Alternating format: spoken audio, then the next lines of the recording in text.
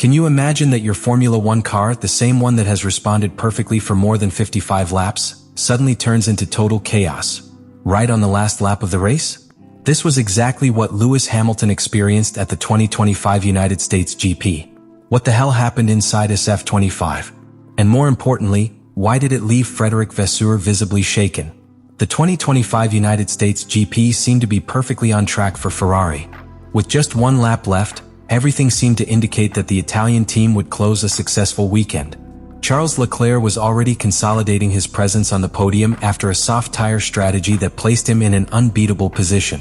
Lewis Hamilton, for his part, completed a double top 5 for the team, defending his 4th place with authority against Oscar Piastri who, although consistent, did not have enough pace to threaten his position. During the previous 55 laps, Hamilton's SF25 had been solid, with no signs of weakness or cracks in its dynamic behavior. The team kept the radio quiet, the updates were positive, and all the car's parameters were within expectations. However, everything changed in a matter of seconds. Just as he passed turn 4 and approached turn 5, Hamilton felt an invisible bump. There was no contact, no errors in the line, nor external signs that anticipated what was to come. It was an unexpected turning point. Hamilton slightly lifted his foot off the accelerator as he detected a sensation of massive understeer, something completely atypical in that section of the circuit, especially with the downforce handled by the SF25. In his radio communication, his tone was one of total bewilderment. "I felt like I hit something," he said. The car was no longer responding. "I thought it had a puncture or that the front wing had broken." But the problem did not end there. Coming to the stop for turn 11, Hamilton pressed the brake pedal, and the car did not stop as it should. It was a moment in which the pilot had to improvise to avoid losing total control. He braked earlier than usual, slowed down more than expected, and still the car did not obey. The loss of adhesion was as sudden as it was inexplicable. The understeer was extreme, to the point that the SF25 seemed unable to maintain the ideal line. Hamilton found himself, in real time, in a critical situation. He had gone from having a 5-second advantage over Piastri to seeing that difference disappear in just a few meters. He couldn't risk losing the car on the last lap, but he couldn't let himself be caught without a fight either. At that moment, his world champion instinct came into play. Although the car was not cooperating, he managed to contain the situation with minimal steering adjustments, braking changes, and control that only a driver with his experience could exert. Most disconcerting was the intermittent nature of the problem. From turn 11 to the final area of the circuit, the SF25 behaved almost normally again. The car partially recovered its balance, although with a slight loss of grip in turn 19. There was no total loss of rhythm, but there was enough loss to compromise the result. Hamilton crossed the finish line with a difference of just 1.1 seconds compared to Piastri, when before the incident he had a comfortable advantage of more than 5 seconds. What could have been a comfortable secured position turned into a dramatic ending that left the paddock, the engineers, and especially Frédéric Vasseur, completely perplexed. Because the most serious thing of all was this: there were no visible signs. There was no data to justify what Hamilton had just experienced. When the cars were back in the pits and the mechanics began the usual routine of disassembly and post-race inspection, the Ferrari engineers knew that something was not right. Hamilton's testimony could not be ignored.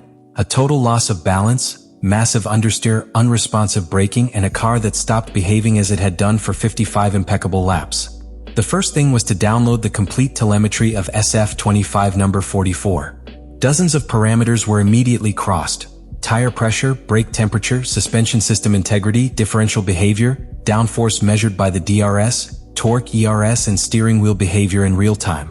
The result was disconcerting. Neither reading indicated an obvious failure. The tire pressure was in range without significant variations. The brakes showed standard wear with no temperature spikes. There was no loss of electrical power, nor failures of the hybrid system. The graphs showed something even more alarming. The car behaved completely differently in that sector, but for no clear technical reason. Engineers encountered a sudden change in torque delivery to the rear axle just entering turn 4. Power delivery, which had been constant throughout the race, dropped abruptly for a fraction of a second, immediately destabilizing the car. This loss of traction coincided with an alteration in the behavior of the front axle. The car turned less than usual, generating that pronounced understeer that Hamilton reported on the radio. The truly disturbing thing was that this alteration was not caused by a mechanical failure or pilot intervention. The car simply stopped obeying as it should. The team attempted to correlate the data with possible external factors. It was checked to see if there were traces of rubber or carbon fragments on the track, if any other car had released dirt in that sector of the track, or if there was any anomaly on the asphalt. No onboard camera, neither from the SF-25 nor from nearby cars, showed anything conclusive. Most likely, according to early internal hypotheses, Hamilton drove over a small object, perhaps a splinter of carbon fiber, which subtly but critically affected the car's aerodynamic flow. This type of damage, although invisible to the naked eye, can modify the behavior of the car dramatically, especially when it comes to the front aerodynamic balance. A small alteration in airflow can shift the car's center of pressure and cause an immediate loss of load on the front axle, just what Hamilton experienced. The confusion in Maranello was total. The absence of a specific cause raised alarm bells beyond the technical analysis. The reliability of the car was now in doubt. And in such a close championship, where Ferrari fights neck and neck with Mercedes for second place in the constructors, these types of incidents can mean the difference between success and failure. The SF-25 showed that it can be fast, but also that it is vulnerable when least expected. And when that type of vulnerability is neither visible nor predictable, it leaves the technical team in a very dangerous position. Frédéric Vasseur, a meticulous, analytical man with an impeccable technical background, is not someone who gets carried away by momentary emotions.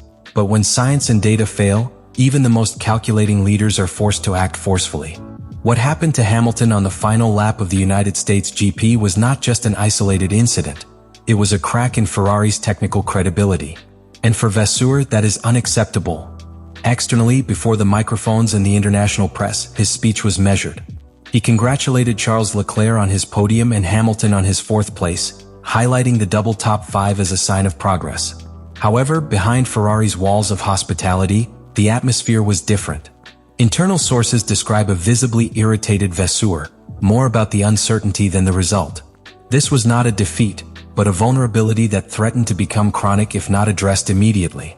In Formula One, there is no room for the inexplicable. And even less so when you are only 7 points away from a direct rival like Mercedes in the Constructors' Championship. Vasseur called an emergency technical meeting that same night. It was not a simple post-race review. It was a crisis committee. Together with Matteo Tognanelli, head of runway engineering, and Enrico Cardile, technical director, a complete internal audit of the SF-25 detection and response system was ordered. How could a car suffer such an obvious dynamic collapse without any sensor registering it? What kind of technological gap existed within a car built to the most rigorous standards in the category? What worried Vasseur most was not the loss of performance itself, but the precedent. If something like this could happen without explanation on a track like Austin, with stable conditions and no rain, what guarantee was there that it would not happen again in Mexico, where the altitude and the asphalt completely changed the aerodynamic behavior? What would happen if the same anomaly reappeared in Interlagos, or worse still, in Yas Marina in the middle of the championship? Within 48 hours of the Grand Prix, Vasseur approved a comprehensive review of SF-25 data mapping. The number of sensors installed in key areas such as the power steering system, suspension wishbones and front aerodynamic plates was ordered to double. A double validation protocol was also activated in the correlation between telemetry and simulator. No anomalous reading, no matter how minor, could go unnoticed from that moment on.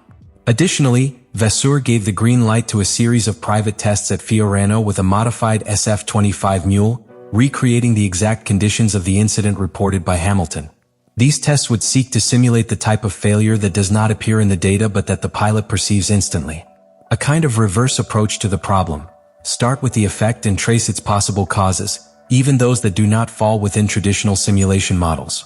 That final lap in Austin will be remembered not only for the tension, but for what it symbolizes. That in Formula One, the margin between success and disaster is as narrow as a sensor that fails or a fragment of carbon that upsets the aerodynamic balance. That the difference between a podium and a catastrophe can be defined in seconds. And that, in the end, fighting at the limit requires not only speed and talent, but also a fierce resilience to face what is not seen, what is not expected, and what cannot always be explained. Let me know in the comments what you think about all this.